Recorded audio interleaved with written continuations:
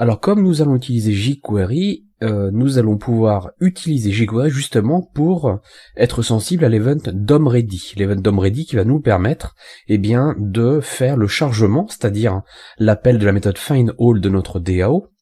Et pour faire ça, nous allons commencer par faire une méthode que nous allons appeler main. Function main, voilà. Et cette méthode, nous allons l'appeler grâce à jQuery. jQuery nous offre en fait ce raccourci pour exécuter une fonction dans le DOM-ready avec l'objet $. Ce que vous remarquez par contre, c'est qu'il y a une erreur. Mais en fait, on connaît cette erreur. C'est simplement TypeScript qui nous dit qu'il ne trouve pas l'objet $, ce qui est assez normal. jQuery n'est pas un type TypeScript. Donc cet objet $, n'existe pas. Il va donc falloir que nous l'installions dans notre projet. Comment allons-nous faire ça? Eh bien simplement en utilisant les typings. Alors pour les typings, rappelez-vous, les typings sont un moyen de rajouter un fichier de description de type à des bibliothèques qui ne sont pas connues par TypeScript. Donc ce que nous voulons faire nous, c'est l'installation donc du fichier de déclaration de type de jQuery pour TypeScript, et nous avons déjà fait cette opération dans le chapitre sur les fichiers de déclaration de type. Il faut donc taper la commande typings install jQuery --save --global. En faisant ça, je vais effectivement installer les typings. Il va falloir maintenant que j'y fasse référence dans mon fichier main.ts. Et pour y faire référence, j'utilise la notation // qui permet de rajouter une référence à un chemin. Le chemin, vous avez noté que ce répertoire typings vient d'être créé, et nous allons donc faire un chemin vers ce index.ts ici. Donc allons-y.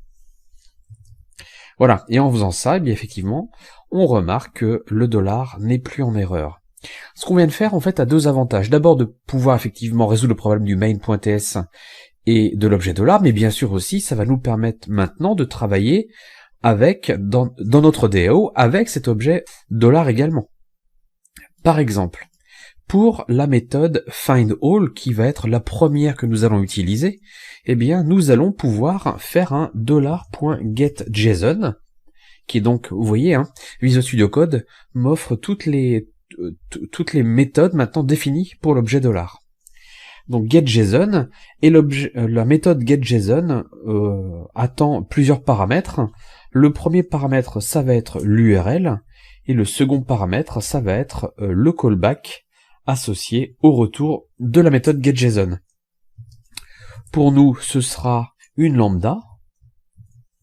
Voilà. Et nous allons de cette façon faire un resolve de data, c'est-à-dire que nous allons pouvoir renvoyer les datas. Ce qui fait que dans notre méthode main, maintenant, je vais pouvoir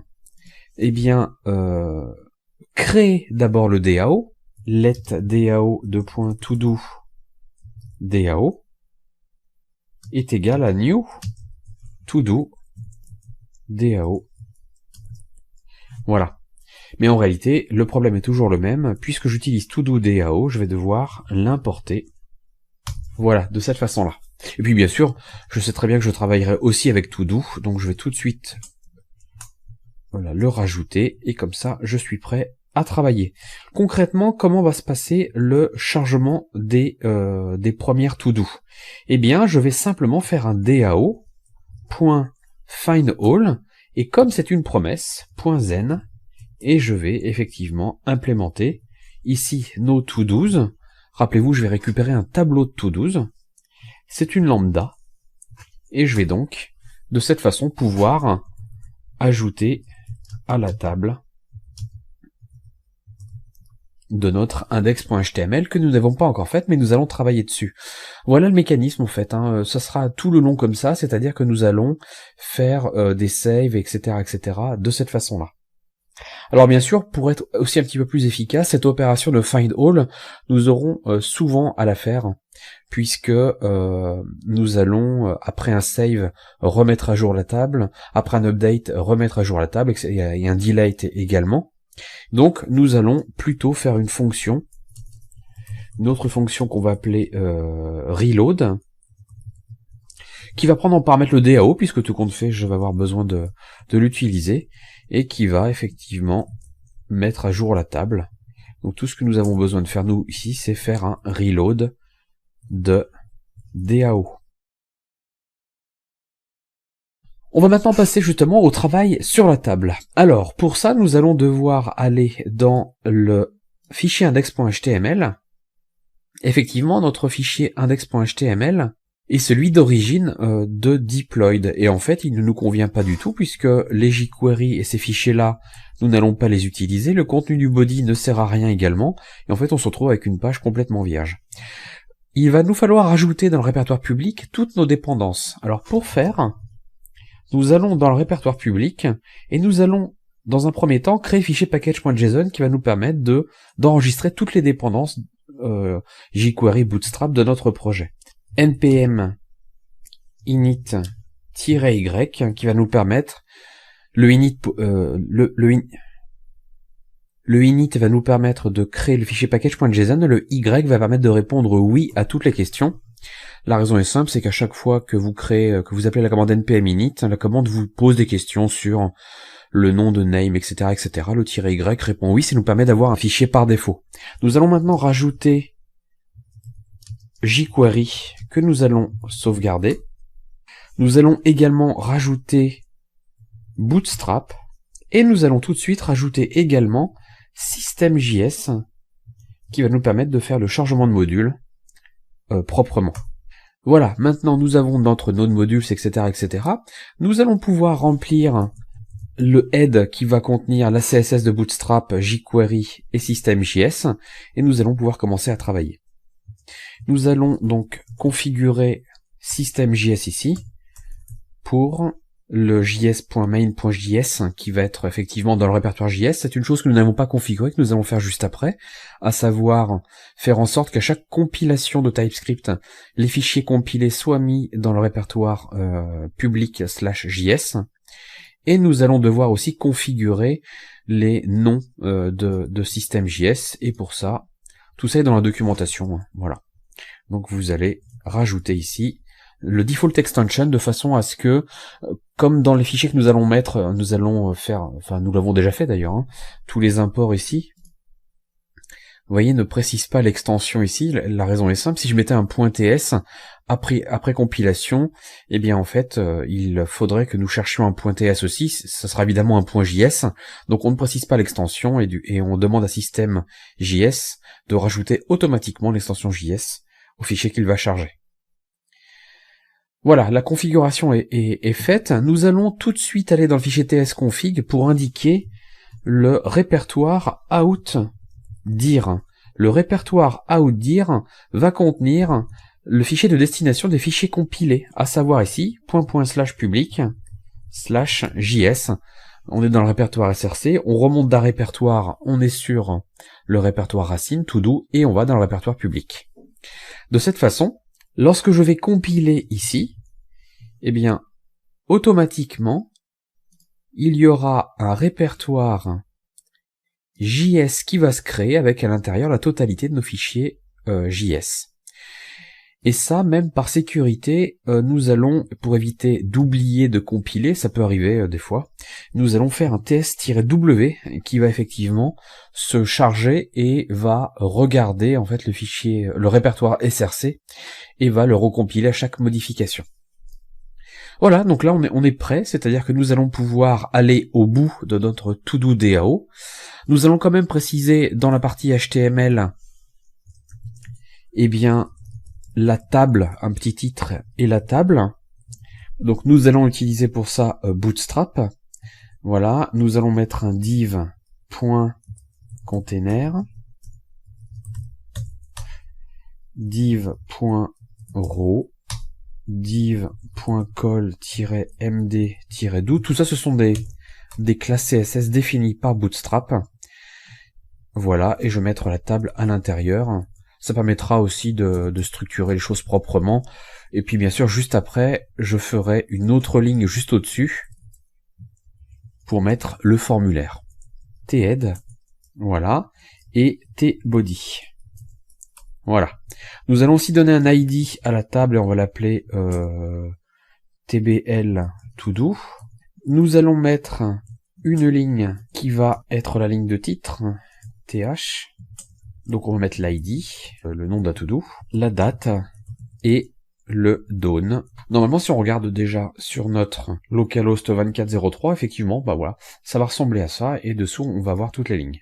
Maintenant que la table est faite, nous allons pouvoir passer au todo.dao.ts et nous allons pouvoir l'améliorer un peu.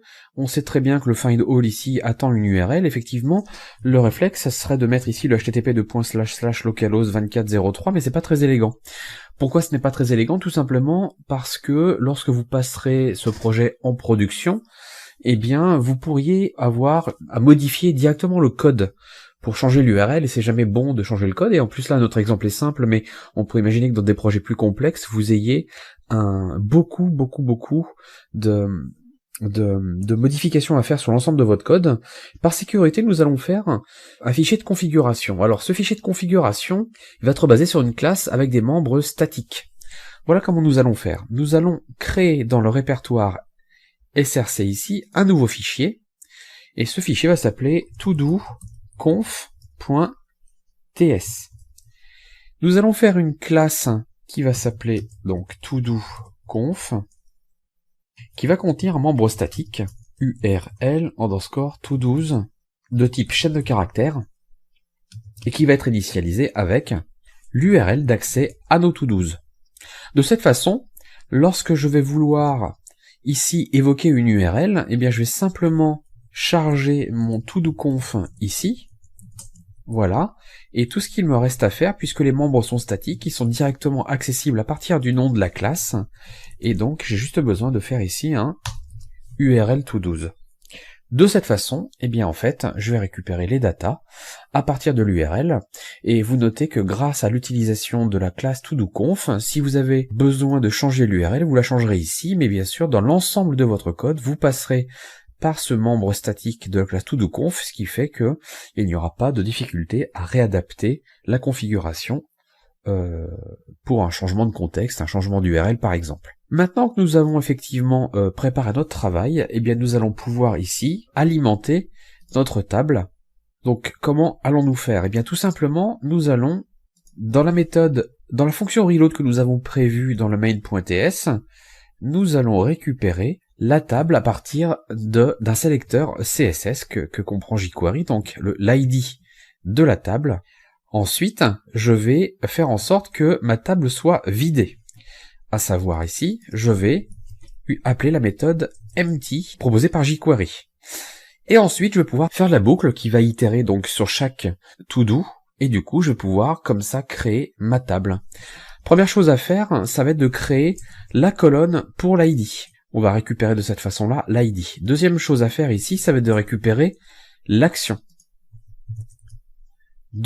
Etc., etc. Vous avez compris l'idée, c'est qu'on récupère au niveau d'objet to-do, eh bien, on va récupérer chacune de ses propriétés pour le mettre dans la table.